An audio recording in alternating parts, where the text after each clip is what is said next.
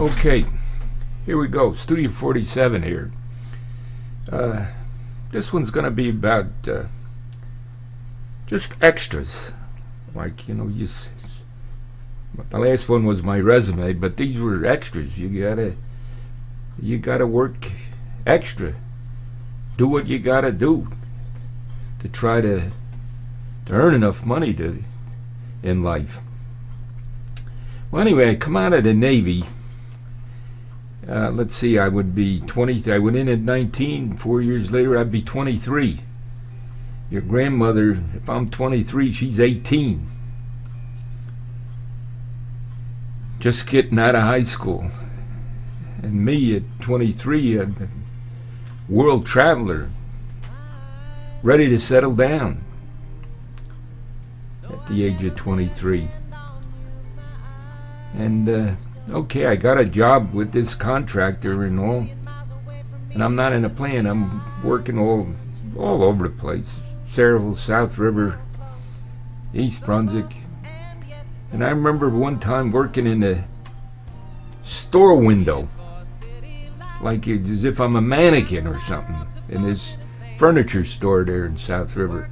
On the same street where I got that guy down and beat him in the middle of the, with the cars blowing the horns. Same street. And here comes your grandmother coming through, walking down on the sidewalk, walking past. I'm in the store window, putting lights or something, wiring something. I banged on a window. She must have thought, oh my God, there's that nut again.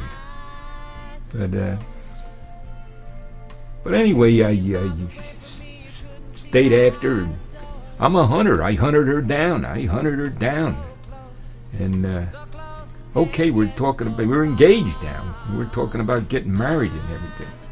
And my father gave us the lot to build a house. 50 by 100, but 50, baby, you can build a house. Nice. Heck of a gift. And my dad was in a jack of all trades.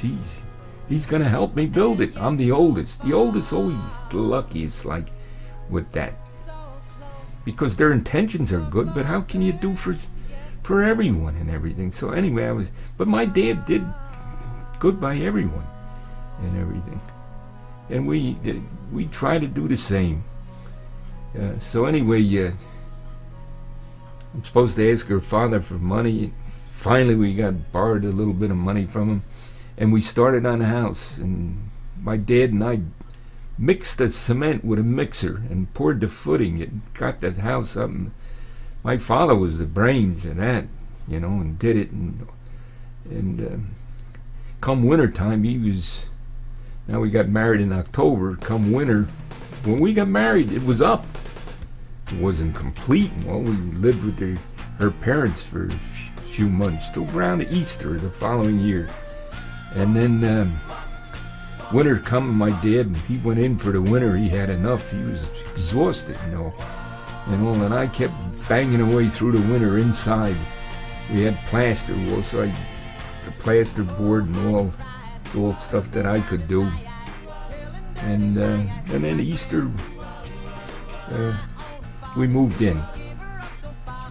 So then the other thing would be an important thing would be that the newspaper company. These people that own it, he was in a building and loan, and he had some money. He was doing good, and they drank. He drank. His brother drank, And so anyway, we bought it, and I got a fellow to go in with me. And there's that phone. And we bought that, so we were doing the newspapers, and that was a big job for a number of years. We did that. That was extra. Then I got my electrical license, and then I was doing that. So now here's what went on. Say on a Sunday. Sunday was a big day. I helped with the papers. Was a big day and everything. 3 trucks on the road. We were up real early, o'clock in the morning. It was in my garage that I built, and all the boys, kids, and all out of that garage and all. So on a Sunday, we're up that early and we got going and all. And this was almost a typical Sunday. We did that.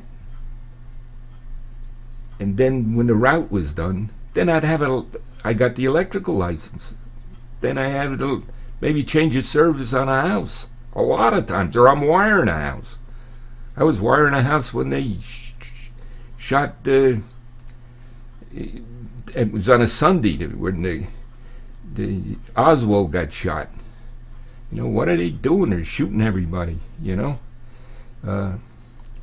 so did the paper out wiring a house or a service and the job, and then the boys, the collectors and all, taking care of them on a Saturday night and all. So there was I was a worker. I was a workaholic and an alcoholic, both, and that's the way we operated. And we built our house. In them days, Doris's father too, he built his house. Now today, I don't know, in this country they want you to build not something for your size, for what you can afford and all, but you got to build what they want you to do. I don't know, I don't understand it. And then eventually we moved down to Sayreville. I bought the property, and we built the house here. And this one, I had an older man. He was retired and everything. And when I'd come home at the end of the day from work, he'd be telling me what the ducks did today and what the geese did today and the horses did today. And I'm only concerned with what he did today, And we worked right along with him and all, and we built the house. And then I helped my son. I did the same thing my dad did with me, with the oldest there. I gave him the property, built the house. So I built really, my dad the house in Sayreville, my house here would help with the whole family, and Doris's father, and with everyone. And then Mark's house. So I built 3 houses. That kind of brings you up to date as to not only the jobs, but the extras. The extras are important, and you have to work. You want to be successful, and all, you gotta do it. Well, I'm going to stop it here, see where we're at.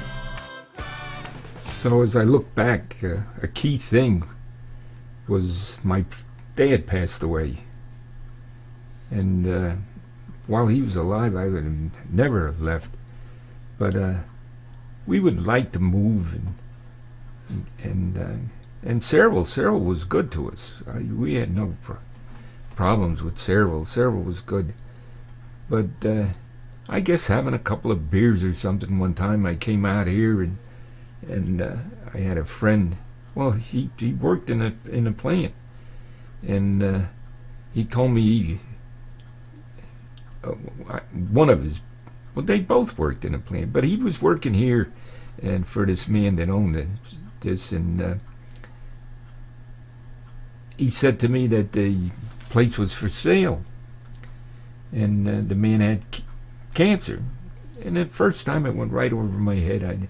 It never penetrated. And then I'm back a month later or something, and he said it again. This time I says, geez, maybe I could put something together, and maybe I could do this. What's this man's number? And I made the call and all, and they invited me to the house and all, and he was watching golf. And I proved that I was a legitimate buyer and all. She says, they were with a real estate agency. Why don't you go through them and all. I said, no, if you sell it, you sell it. If you don't sell it, they had given it for a short period of time, and if you don't sell it, then I'll get back to you. So the time ran out, and then I called, and she says, well, you can't come here today. He had chemo and everything. So when I could come, I went. And the man had met me before. And somebody else was interested. He really interested. And they had the money. And yet this man didn't want to sell it to that man. That was a part of it, a piece of it. And we spoke and everything. And I had a couple of numbers. And I started with my lowest number. And surprisingly, he went for it. He just increased it just slightly. And I thought, good. That sounds good. I said, would you take a mortgage? His wife interjected, I thought you weren't going to give anyone a mortgage, George. He says, I'll give him the mortgage. He liked me. In a way, it was business, but I was a man with a family and everything, a bunch of kids and everything, and a worker, and he liked that. And so, okay. I says, well, and we shook on it. And I says, whatever, this will take time. He says, no, it's not going to take that much time. He didn't have much time, that's what it was. He didn't have much time. So he said, I says, whatever goes with it, goes with it. Whatever you say,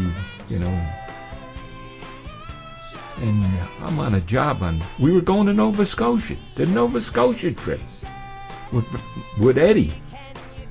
And we went, and my wife come on a job, and I'm on a roof of a building, and she's, come on down, you got to go to the lawyer's office. The paperwork, like from Monday or Tuesday till Friday, done. Everything's done, ready. And when I left for Nova Scotia, I owned the place. I had bought it, but a lot of work in front of me. A lot of work in front of me. And that's the story. That's how it went down. Okay, I'm back. The phone rang. I did one take there and I had to destroy it. Phone rang and but now your grandmother's, well, she wanted to move and all, but we had a decent house in Cedarville and all. Now when she came out here and seen what was going on over here, it was scary. We're going to owe some money. And the old house, the old farmhouse, she looked at that and she thought, I got a decent house here, I'm going to go there. And my exact words to her were, take an eraser, erase that out of your mind. It's got nothing to do with this. And, we're back from Nova Scotia, and winter's coming on. And good thing I didn't drown in Nova Scotia or something. My God, when you think about it. And I said about that ocean when we come down that mountain and everything in a rowboat in the Atlantic. Whew. Benny was right. It wasn't funny. And but we started on a house like December or something, got a building permit. In the middle of the winter, we started banging away. I had her father and an older man, a builder. He was the brains of the outfit, and all of us helping. And I was no dummy and everything, so we kind of put it together. We forged ahead. We did it. A lot of hard work, digging and everything. Hard work.